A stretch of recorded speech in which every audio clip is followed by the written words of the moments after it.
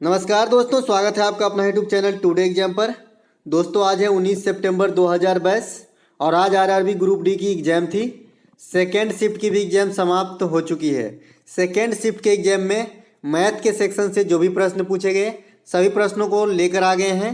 साथ ही साथ मैंने आप लोगों से पूछा ही था कि अगर आप लोगों को 2022 ग्रुप डी एग्ज़ाम में जो ट्रेंड के मैथ पूछे गए कि आपको वीडियो चाहिए, तो बहुत सारे बच्चे ने हाँ में जवाब दिया है। इसीलिए मैं यहाँ पर आपको समय और कार्य, द्विघात समीकरण, लाभ हानि, सरलीकरण, सांख्यिकी तथा कुछ अन्य इतने टॉपिक को पूरी तरीके से कवर करूँगा। यहाँ पे वीडियो आधे घंटे तक की हो सकती है, आपको थोड़ा इत्मीनान के साथ धैर्य रखना पड़ेगा। और इस टॉपिक से जो भी प्रश्न आएंगे आपका नहीं छूटेगा, मेरा गारंटी है। मेरा जो बनाने का अप्रोच है, अगर आपको लगे कि अच्छा अप्रोच है तो आप अपना सकते हैं, नहीं तो आप अगर पहले से जानते हैं तो आप जो है अपने पे अडिग रहिए, क्योंकि एग्जाम के टाइम कुछ नया नहीं सीखा जाता, क्योंकि आपका एग्जाम जो है नज़दीक है। तो अच्छा लगे तभी अपनाइएगा, नहीं तो आप जो जानते हैं वो आपके लिए सर्वोपरि है। तो चलिए दोस्तों शुरू कर लेते हैं जो भी क्वेश्चन ट्रेंड में है। सबसे पहले आपको दो तीन शिफ्ट में ये क्वेश्चन ट्रेंड में देखने को मिला है कि डायरेक्ट सूत्र पे नहीं पूछ रहा है, कुछ लैंग्वेज को घुमा दिया जा रहा है। जैसे यदि माध्य का दोगुनी है और बहुलक 40 है तो माध्य क्या होगा, ठीक है। इस प्रकार का प्रश्न पूछे जा रहे हैं। तो आप जानते हैं कि बहुलक बराबर क्या होता है, तो मैं एकदम धीरे से समझाऊंगा। बहुलक बराबर होता है 3 माध्यिका माइनस 2 माध्य, है ना। 3 माध्यिका माइनस 2 माध्य होता है आपका बहुलक बराबर, ठीक है। तो यहाँ पे अगर मैं किसको मानना पड़ेगा, माध्य को। अगर मैं माध्य को x मान लूँ सपोज, तो माध्यिका हमारा क्या हो जाएगा, 2x हो जाएगा। और बहुलक का मान कितना है, 40 है। तो 3 इंटू 2x माइनस 2x, है ना। तो 6x में से 2x गया तो 4x। 4x की वैल्यू कितनी है, 40। x की वैल्यू कितनी हो गई, 10। तो हमारा क्या निकल के आ गया, माध्य निकल के आ गया 10। अब हमने क्या माना था, माध्य को ही माना था, और क्या रिक्वायर्ड है, माध्य ही रिक्वायर्ड है। तो हमारा आंसर हो गया 10। माध्यिका पूछा जाएगा तो 20, बहुलक पूछा जाएगा तो 40। चलते हैं आगे। अगला एक प्रश्न आया, मतलब इस प्रकार के हैं कि यदि द्विघात समीकरण का आपको 2 मूल दे देगा, ठीक है, उसके बाद आपको बोलेगा कि समीकरण क्रिएट कीजिए। काफ़ी ट्रेंड में और VBI करके रखिएगा। एक भी ऐसा शिफ्ट नहीं है जहां ये प्रश्न नहीं आते हैं। द्विघात समीकरण से 3 प्रश्न फिक्स है, मैं बात कर लूंगा आगे कि कौन कौन से टॉपिक मतलब किस किस रूप में आते हैं, ठीक है। तो एक तो ये फॉर्म है, इसका सबसे अलबेला रूप है और सबसे जो है बेसिक रूप है ये, ठीक है।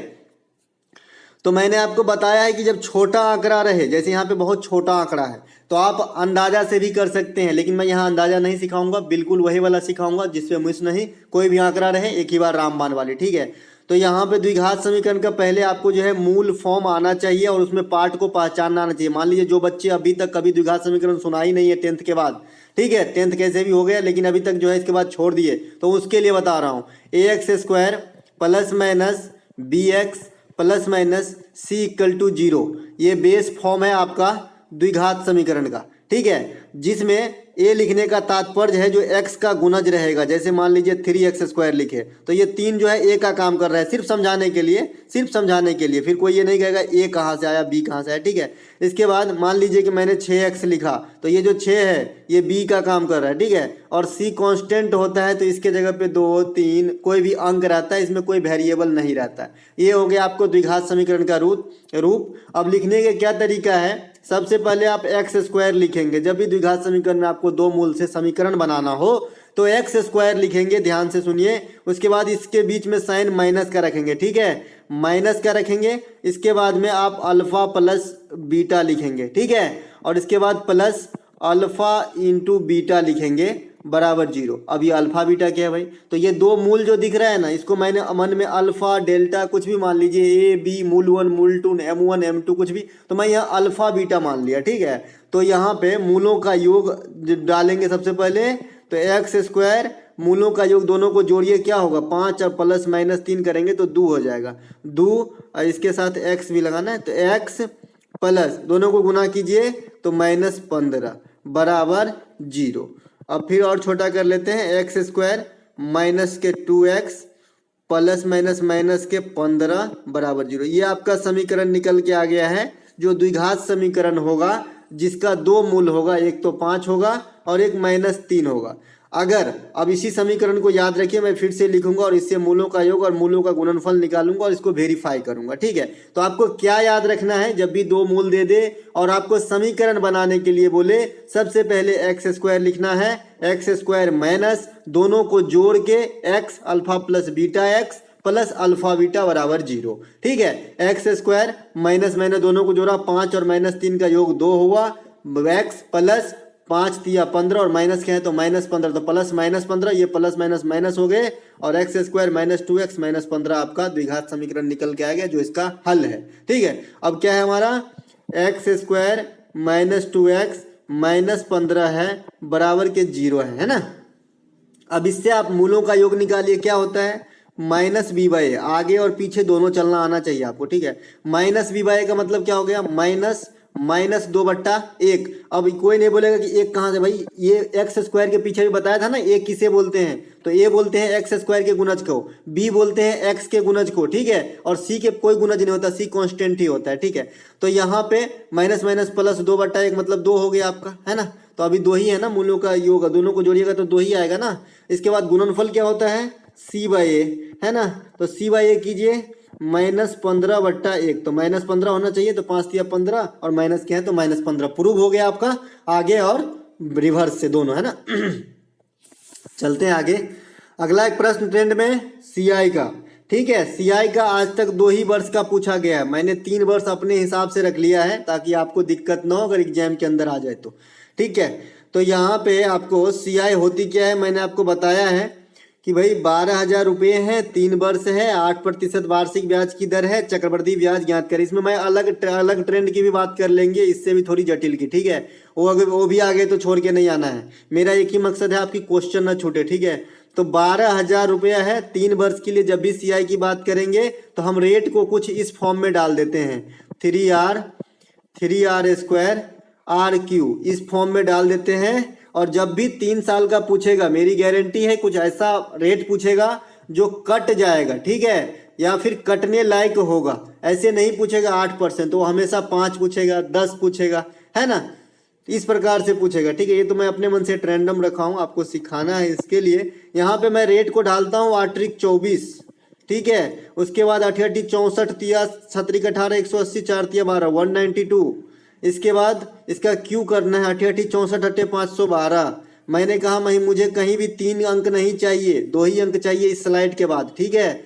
तो इस स्लाइड के बाद यहाँ भी 3 अंक है और यहाँ भी 3 अंक है, शिफ्ट करेंगे पीछे में, तो 24 में 1 शिफ्ट करेंगे तो हमारा 25.9, ठीक है। 92 तो रहेगा ही, 9 तो रहेगा ही, लेकिन इस 2 में ये 5 शिफ्ट हो जाएगा तो 7 हो जाएगा।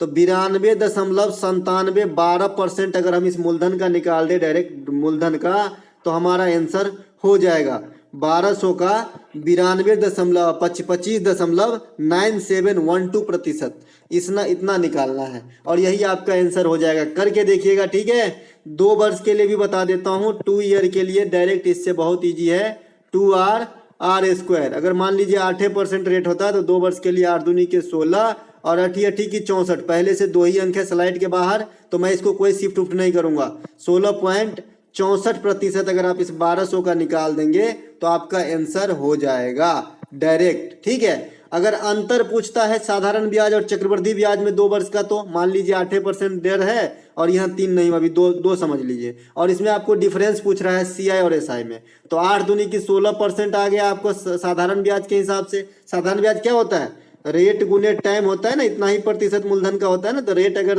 8 रहेगा और टाइम रहेगा 2, तो 8 दूनी की 16% किसका, मूलधन का। और CI आपने कितना निकाला, 2 वर्ष के 8% दर से 16.64, तो 0.64% अगर आप निकाल देंगे इसी मूलधन का तो अंतर हो जाएगा। समझ की फेरी है, कोई सूत्र याद रखने की जरूरत ही नहीं है, मैं बोलता हूँ, ठीक है। चलते हैं आगे। वैसे 2 वर्ष के लिए अंतर तो आप जानते ही हैं, PR² और 100 का 100 का स्क्वायर, है ना, यही होता है ना, है ना। चलते हैं आगे। एक प्रश्न यहाँ पे पूछा गया, राम, श्याम और मोहन किसी काम को क्रमशः 10 दिन, 15 दिन और 20 दिन में कर सकते हैं। राम ने 5 दिन तक काम किया, श्याम ने कार्य पूरा होने से पहले 2 दिन छोड़ दिया काम। इस प्रकार का है ना। मान लीजिए 25 दिन में काम पूरा हुआ तो 2 दिन पहले 23 दिन तक काम किया, मुझे पता नहीं कितने दिन में काम पूरा हुआ है। ठीक है। मोहन पूरे समय तक कार्य किया, तो कार्य कितने दिन में पूरा हुआ? बड़ा ही अच्छा सवाल है और ये सीजीएल का सवाल है। ठीक है। मैंने इसलिए रख लिया है कि अगर कभी मान लीजिए लेवल बढ़ा देता है तो भी आपको मुकरना नहीं है। वैसे जो हल्का है वो तो ऐसे ही बन जाएगा, वो तो देखते देखते बन जाएगा, है ना। इस प्रकार की भी आ जाए तो दिक्कत नहीं करनी है। 10, 15 और 20, मैंने कहा जब भी टाइम एंड वर्क में आपको आंकड़े दिखते हैं कि इतने दिन में कर सकते हैं, इतने दिन में कर सकते हैं, सबको उठा लीजिए, एलसीएम निकालिए। 10, 15, 20, 20 दूनी की 40, 20 की 60 से कटेंगे, है ना। तो 60 टोटल काम हो गया हमारा। मान लिए टोटल काम हमारा 60 हो गया। अब यहाँ पे 3 अंक है, तीनों की इफिशियंसी निकालेंगे तो एक की इफिशियंसी मतलब राम की इफिशियंसी निकालेंगे तो 60/10 कितने हो गए? 6।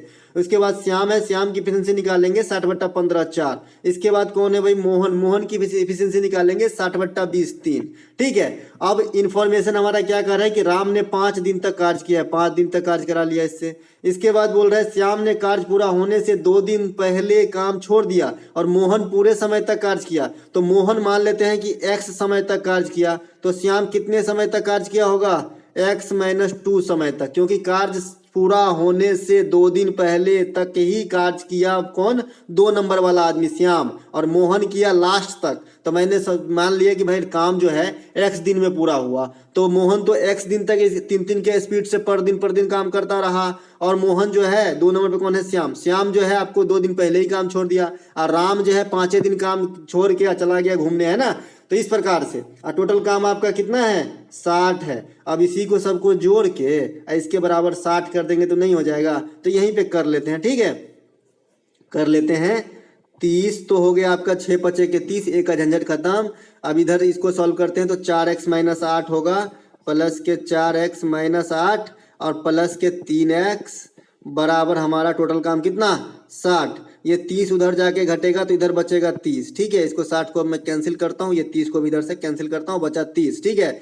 4x प्लस 3x, 7x बराबर 30 और 8 उधर जाके जुड़ेगा तो 38 हो जाएगा। ठीक है। तो 7x बराबर हो जाएगा आपका 38। तो x बराबर हो जाएगा आपका 38/7। तो यही आपका वो दिन है जितने दिन में काम पूरा हुआ रहेगा। कितने दिन में?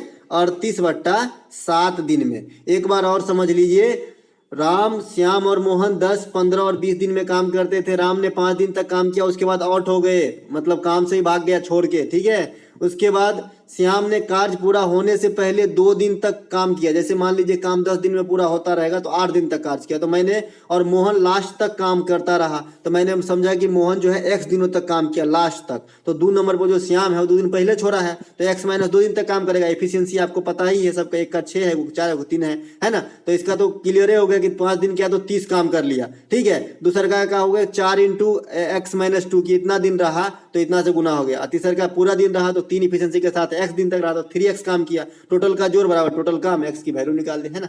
और कोई दिक्कत नहीं है। चलते हैं आगे दोस्तों। नल और टंकी से भी इसी प्रकार के प्रश्न आ रहे हैं। आपको नल और टंकी और टाइम एंड वर्क एक ही जगह रिलेट करना है, दोनों सेम ही होता है। वहां जो नल काम करता है, यहाँ आदमी काम करता है, और कुछ नहीं, है ना। हाँ, लेकिन एक जरूर है कि आदमी में जो है काम बिगाड़ने वाला प्रश्न नहीं बनता है, लेकिन नल में बन जाता है कि वो छेद रहता है, वो बिगाड़ता रहता है, खाली करता रहता है, तो वहां पे माइनस कर देंगे और कुछ नहीं है। ठीक है।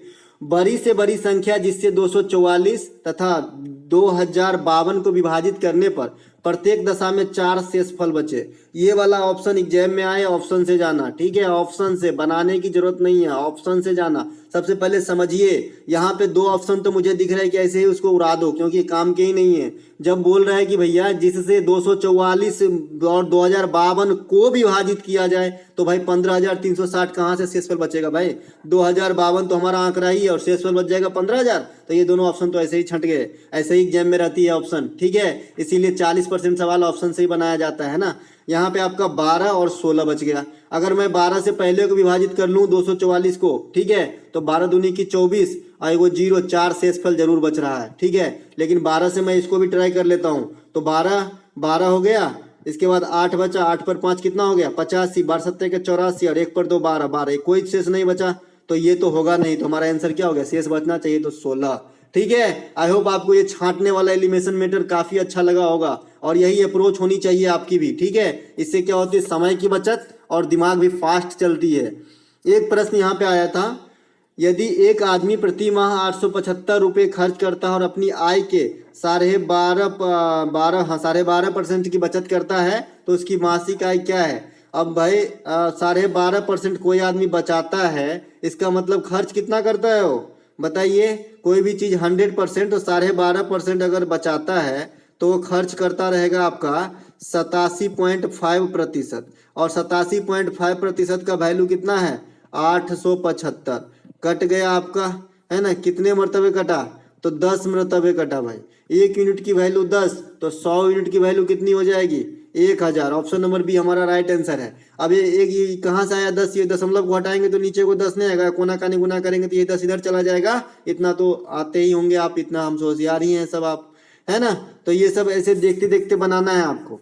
एक प्रश्न इस प्रकार के आपको देखने को मिले हैं लगातार 3-4 शिफ्ट में, आगे भी मिलेंगे कि भाई 2-3 ऐसे दे देते हैं भिन्न में अंक, उसके बाद बोलता है आरोही क्रम में सजाइए, अवरोही क्रम में सजाइए। सबसे बड़ी भिन्न कौन सी है, सबसे बड़ी सबसे छोटी का अंतर, जैसे कल देखा गया था सबसे बड़ी और सबसे छोटी का अंतर। तो इसमें तो एक है कि आप जो है इसे आप जो है काट के मान निकालिए। जैसे 2/7 को मैं काटूं तो नहीं लगा 0, 7 दूनी की 14, 6 पर 0 20, 9 सत्ते 63, 8 सत्ते 56, 0.28 आया पहले का। दूसरे का काटूं तो कुछ ऐसे ही आएगा। तो एक तो है कि इससे काट के देखिए, और आपको मिनिमम 2 अंक तक काटना पड़ेगा, और अगर 2 अंक किसी में टकराया तो 3 अंक तक भी काटना पड़ेगा, नहीं तो आप डिसाइड ही नहीं कर पाओगे कि कौन छोटा है कौन बड़ा है।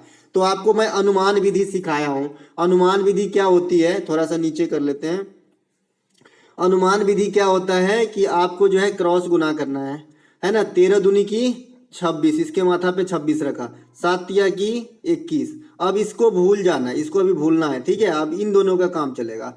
छत्रिक 18, यहाँ पे एक मान 21 आया है, एक 18 आया है, डरने का बात नहीं है। 13 पंचे 65।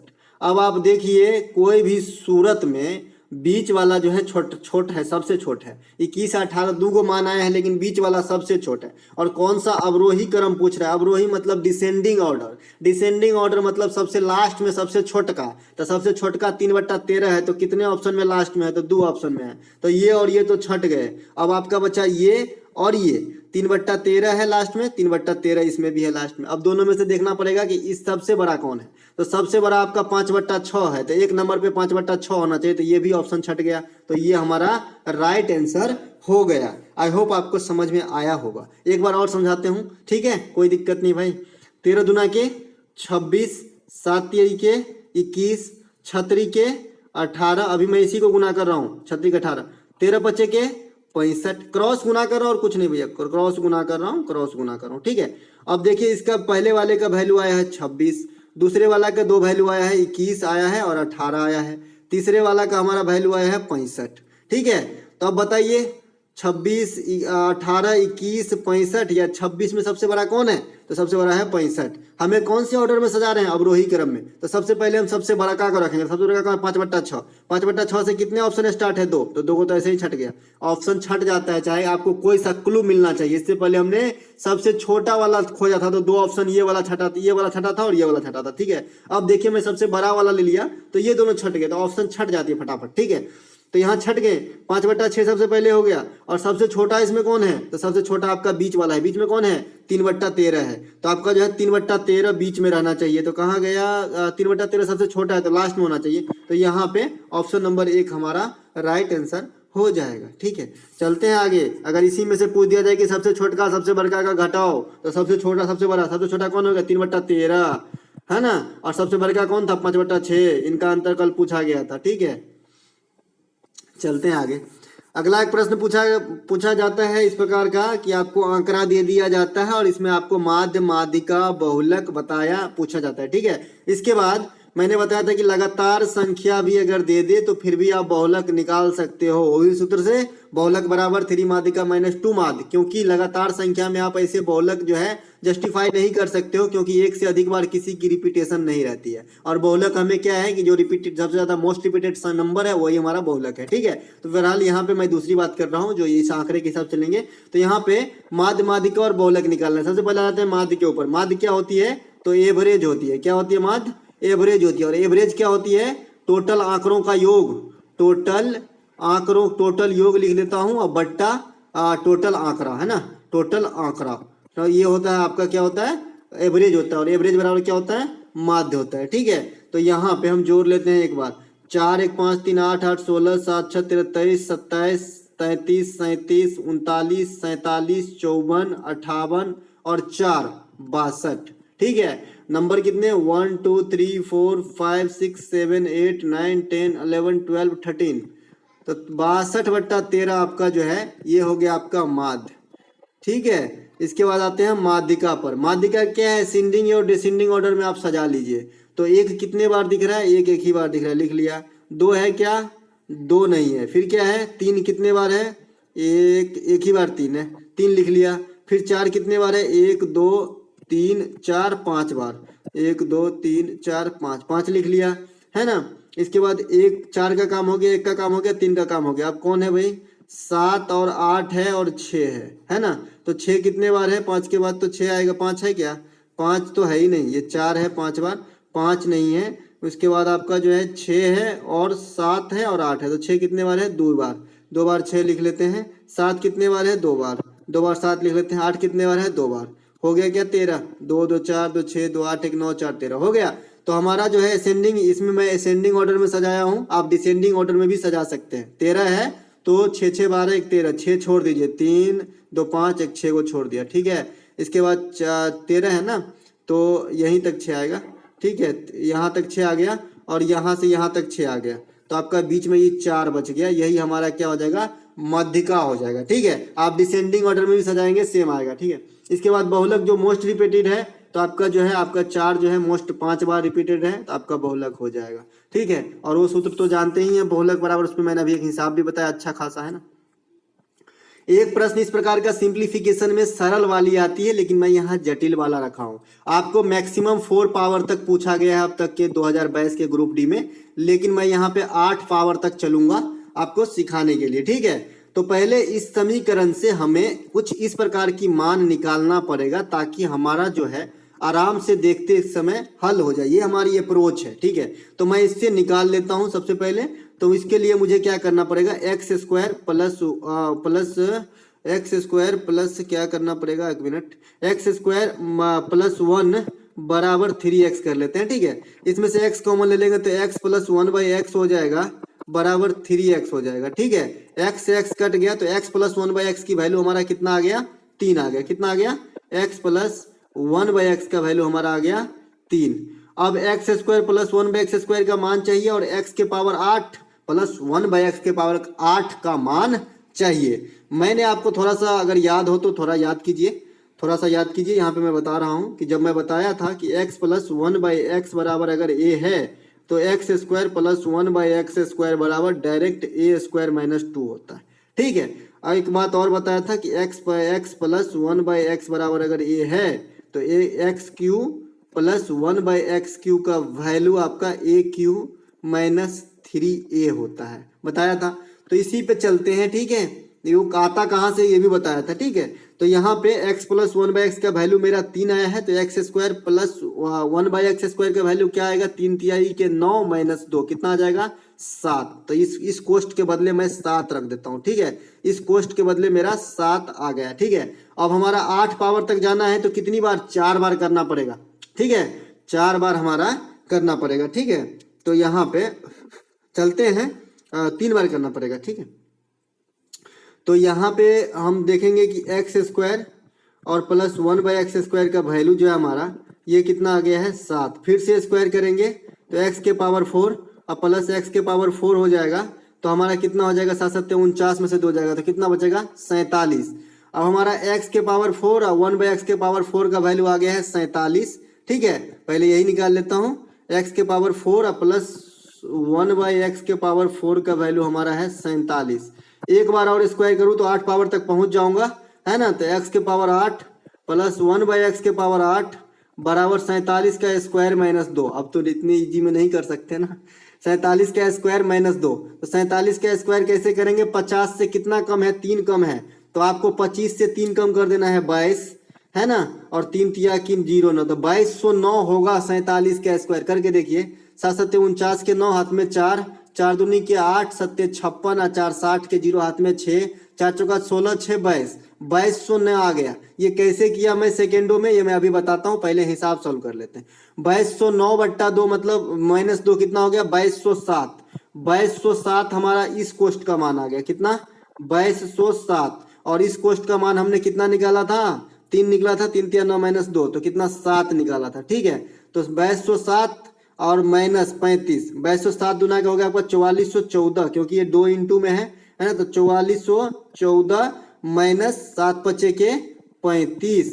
आप इसमें को घटा लीजिए, 14 में से 5 गया तो 9, 10 में से 3 गया तो आपका 7, ये हो जाएंगे 3 और ये हो जाएंगे 4।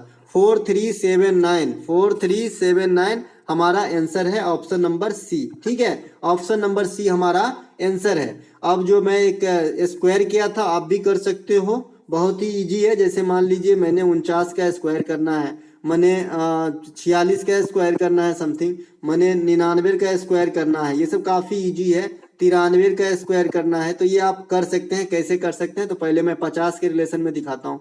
मान लीजिए आपको 48 का स्क्वायर करना है, तो ये 50 से कितने कम है, 2 कम है 50 से, तो आपको 25 के रिगार्ड में चलना है, 25 से 2 कम कर देना है, तो कितना हो जाएगा 23। और यही 2 का स्क्वायर करना है तो 4। मुझे यहाँ पे हमेशा 2 अंक चाहिए, तो आगे तो 0 मैं नहीं लगा सकता, लेकिन किसी अंक के पीछे अगर 0 लगा देते हैं तो उसका वैल्यू नहीं बदलता है ना, तो यहाँ मैं 0 4 कर दूंगा, तो 23 0 4 जो है आपका 48 का स्क्वायर हो जाएगा। एक और कर लेते हैं तो समझ में आ जाएगा। मान लीजिए कि 46 है, मैंने कहा कि ये 50 के आसपास है, 50 के आसपास है ये, तो 50 के आसपास है तो हमको 25 के हिसाब से चलना है। 50 से कितना कम है 4, तो 25 से आप भी 4 कम कर दीजिए, तो 21 हो गया। और 4 का स्क्वायर कितना होता है 16, तो 2116 इसका जो है आपका हो जाएगा। ठीक है, करके देखिएगा। ठीक है, 2116 आएगा। ठीक है, अब मैं 100 के रिलेशन में चलता हूँ। मान लीजिए कि 97 का स्क्वायर करना है आपको, तो ये 100 से कितना कम है 3 कम है, तो आपको भी इसमें जो वैल्यू है इससे 3 कम कर देना है। 97 से 3 कम कर दिए और कम कर दीजिए 94, और 3 का स्क्वायर कितना होता है 9। मैंने कहा कि 2 का कर रहा हूँ तो मुझे 2 अंक चाहिए, तो यहाँ पे एक 0 डाल देते हैं, तो 9409 जो है आपका 97 का स्क्वायर हो जाएगा। आई होप आप सबको आता ही होगा ये। ठीक है, ये बता ही दिया। एक प्रश्न ये बता ही दिया था, इससे पहले भी फिर से समझा देता हूँ, क्योंकि ये प्रश्न ट्रेंड में चल रही है, गुना वाला साधारण ब्याज में। तो गुना -1 करना है, 20 वर्ष में इसकी 3 गुनी हो जाती है, तो 3 में से 1 गया 20 बराबर कितने रिक्वायर्ड है 2 गुना, इसमें से भी घटा देंगे और T2 कर लेंगे, इसी को सॉल्व कर लेंगे। हमारा 10 वर्ष आंसर आया था। ठीक है, चलते हैं आगे। एक प्रश्न इस प्रकार का, ये भी काफी ट्रेंड में है, लेकिन अनुपात में रहता है। यहाँ पर मैं डायरेक्ट मान रखा हूँ, आप अनुपात से निकालना तो जानते ही हैं। जैसे 3:2 में है और 20 लीटर को बांटना है, तो कैसे बांटेंगे, 5 यूनिट का वैल्यू 20, तो 1 का 4, तो 12 और 8 1, ये तो आता है ही सबको, इसीलिए मैंने ये वाला रख लिया है। तो एक आयत की लंबाई तथा चौड़ाई के बीच 23 मीटर का अंतर है। अब देखिए, एक आयत है, ये अगर ये L है तो ये L + 23 है। ठीक है, और आपका पैरामीटर दे दिया है कितना 206 कितना होता है 2 × L + B, तो 2 ये दोनों को अगर हम जोड़ेंगे तो क्या हो जाएगा 2L + 23 हो जाएगा ना, 2L + 23 हो जाएगा। इसका वैल्यू कितना है 206 है, काट देंगे हम, कितना हो जाएगा 103 103 में से 23 गया तो कितना आ जाएगा 80 2L बराबर 80, तो L बराबर कितना हो जाएगा 40, L बराबर 40 हो गया, L बराबर आ गया 40। तो आपका जो लंबाई है एक्चुअल वाला, मैं L ही मान लिया था, B मानना चाहिए था एक्चुअली, तभी कंफ्यूज नहीं होता। चलिए, L बराबर 40 निकला, तो L क्या माने हमने, चौड़ाई माने हैं, तो लंबाई बराबर कितना हो जाएगा, लंबाई को लंबाई लिख लेता हूँ, तो 40 और 23 कितना हो जाएगा 63 हो जाएगा। और क्या पूछ रहा है, क्षेत्रफल पूछ रहा है, तो 63 × 40 करना है आपको, है ना, 63 × 40। देखिए, मैं इसको गुना नहीं करूंगा, सीधे सीधे देख लेता हूँ कि 6 3 9 और 4 अंकों का योग 9 जो होगा वही मेरा आंसर होगा। ठीक है, इसमें गिनती करते हैं, 2 2 4 4 8 नहीं होगा, 8 2 10 4 14 नहीं होगा, 5 हो जाएगा ना, 8 4 2 6 2 8 हुआ तो 8 ही हुआ, 8 2 10 4 14, 14 में अंकों का योग कितना है 5, तो ये भी नहीं हुआ, 1 2 3 5 8 ये भी नहीं हुआ। हमारा लास्ट आंसर ऑप्शन है। देखिए, मैं गुना नहीं किया हूँ, लेकिन लास्ट आंसर है, आप इसको गुना करेंगे इतना ही आएगा। ठीक है, करके देख लीजिए गुना, है ना। 4 तिया 12 के 2 हाथ में 1, 6 चौका 24 1 25, 2520 आया। मैं बार बार यही भी चीज बताता हूँ कि आप गुना करने से बच सकते हो एग्जाम के अंदर। अगर आपको ये ट्रिक चाहिए तो मुझे बता दीजिएगा, मैं एक दिन 5-10 मिनट में समझाऊंगा, क्योंकि 5-10 मिनट तो लगेगा। इतनी बड़ी जो है इतनी आपको बचाएगा एग्जाम के अंदर, समय बचाएगा, तो सीखना थोड़ा टाइम तो देना पड़ेगा। ठीक है, तो ये वाला ट्रिक से मैंने बताया कि ये लास्ट वाला होगा, आप गुना करके भी देख सकते हैं, 2520 होगा। ठीक है, इस वीडियो का ये लास्ट क्वेश्चन था। यहाँ पे हमने 13 क्वालिटी के सवाल सीखे हैं। ठीक है, जिसमें हमने कौन कौन से टॉपिक को कवर किया है। यहाँ पे हम कवर किए हैं समय और कार्य को किए हैं, द्विघात समीकरण को किए हैं, लाभ हानि को, सरलीकरण को, सांख्यिकी, माध्यमातिका, बहुलक और कुछ अन्य को देखे हैं। दोस्तों ये टॉपिक से अब कभी भी सवाल आएगा, आपका यही अप्रोच रहनी चाहिए बनाने का। जो मैं ऑप्शन से बनाता हूँ ऑप्शन से जाइए, है ना। और जो अभी देखा आपने सिंप्लीफिकेशन को कैसे 8 तक पहुंच सकता फटाक से, तो इस प्रकार से आप भी पहुंच सकते हो। कोई बड़ी क्वेश्चन नहीं आ रही एग्जाम के अंदर, बहुत ले लेवल की क्वेश्चन आ रही है। और द्विघात समीकरण से 3 क्वेश्चन फिक्स कर रखा है। एक तो मूल दे के आपको समीकरण बनाना है, दूसरा आपको मूल निकालना है। तो मूल निकालने के लिए बता दिया था, एक तो गुणनखंड विधि है, और एक अगर गुणनखंड से डायरेक्ट नहीं निकले तो plus minus minus B plus minus B square minus 4ac बटा 2a, ऐसे ही कर देंगे तो एक बार माइनस में और एक बार प्लस में आएगा, यही दो मूल होगा। ठीक है, तो चलिए दोस्तों मिलते हैं एक नेक्स्ट वीडियो में, तब तक के लिए जय हिंद। अगर अच्छा लगा हो तो लाइक कर लीजिएगा। इसका अगला पार्ट जो है हम कल अपलोड कर देंगे, इसके आगे वाले टर्म को देखेंगे जो भी ट्रेंड में है। ठीक है,